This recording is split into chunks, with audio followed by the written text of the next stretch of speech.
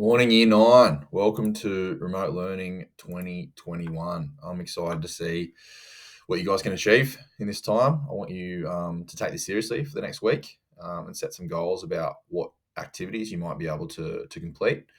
It could be a good time to really get your head around World War One. So when we come back to school, you're feeling quite confident for the assessment task. I'm just going to give a quick rundown about how my lessons will look during this remote learning time. I'm going to do a short video every day, and I'm going to go through what we need to do.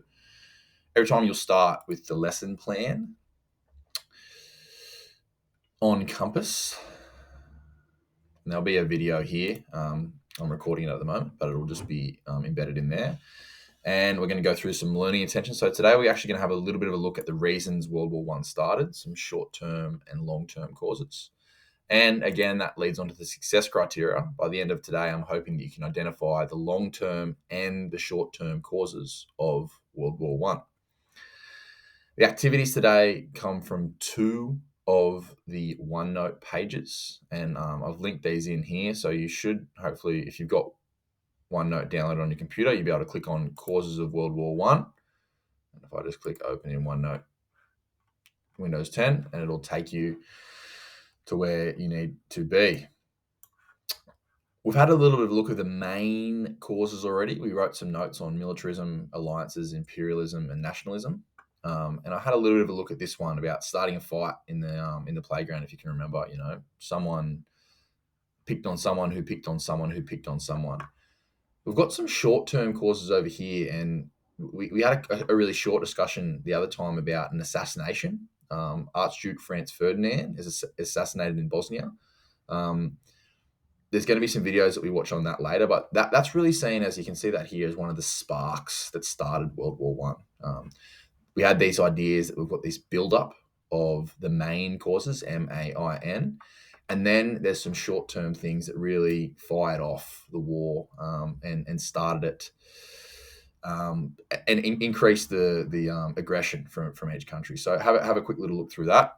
When you have done that, these are the two pages here, sorry. So we've got the long-term causes as well. We've actually already written some notes on that, but what I'm expecting you to do today is have a read through whatever pages I set there from the OneNote.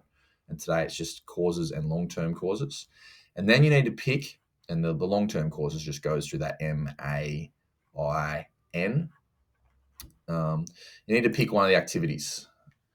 So I've got 1, 2, or 3.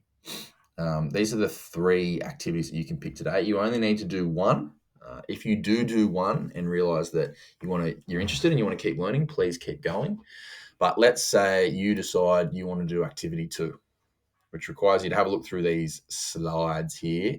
And then in approximately 150 words, you're going to outline how militarism and political tension created a bubbling atmosphere for thoughts of war to simmer in the late 19th century. Provide examples from the slides above to support your ideas. Remember that militarism was that idea that Jacob and I were looking at each other for a long time, didn't trust each other, and we started bringing weapons. And over time, the weapons got more and more bigger and advanced. So that's what you're trying to write about, the bubbling atmosphere, if you were going to pick that one. What you would do, you would pick activity 2 and you would copy that, just as I have done here. I right-click and click copy.